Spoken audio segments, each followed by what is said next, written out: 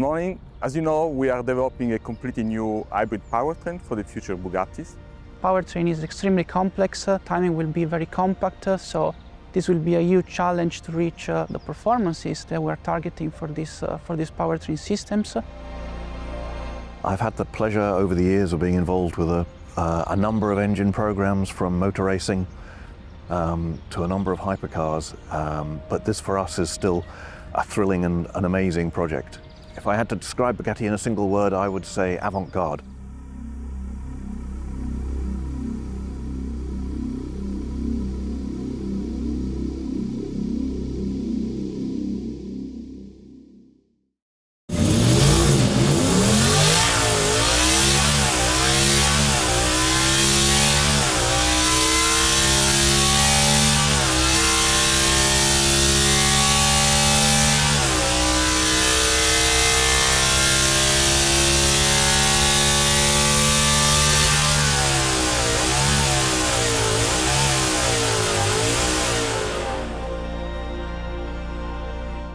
So Marco, the dream finally comes true.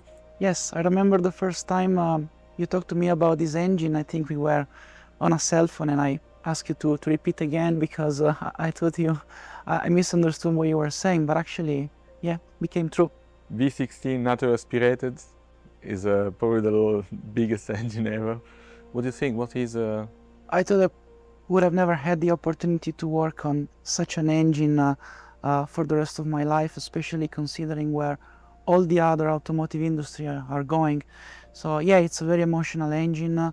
We just hit the first milestone with the engine performances. I think we're in a good shape now.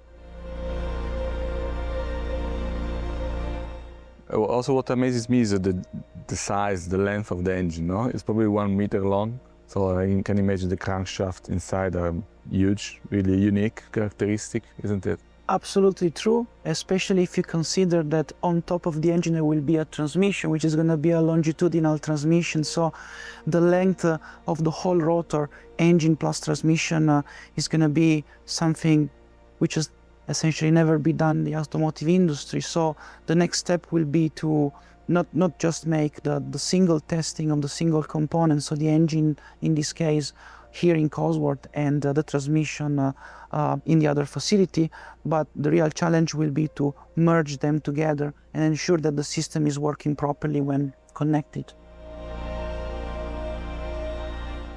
The key point was to integrate an internal combustion engine with this specification into a hybrid strategy, into a hybrid compound. So the naturally aspirated solution is really helping a lot in terms of emotions and feeling from the customer, the drivability aspect, the engine sound, and compensate for the lack and the absence of a turbocharger with the electrical contribution. So I think that the powertrain layout, which has been designed nearly 2 years ago, is one of the key elements of this powertrain. So a naturally aspirated engine inside a hybrid compound.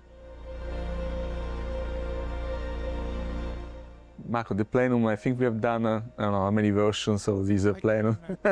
This because I guess it was really trying to find the right balance between the performance of a plenum, which in a natural aspirated engine is fundamental for generating the power, the torque that is needed, and the aesthetics, because we'll be having the plenum completely exposed already from outside, so it will be visible always, no? Yes, you're right. We did a lot of iteration in the design of the system.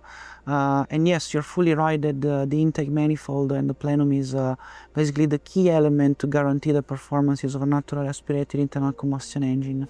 So we did quite a lot of iteration between, let's say, requirements for performance and design and requirements for aesthetic reasons with the design team. And this was the outcome, and I think it can speak by itself.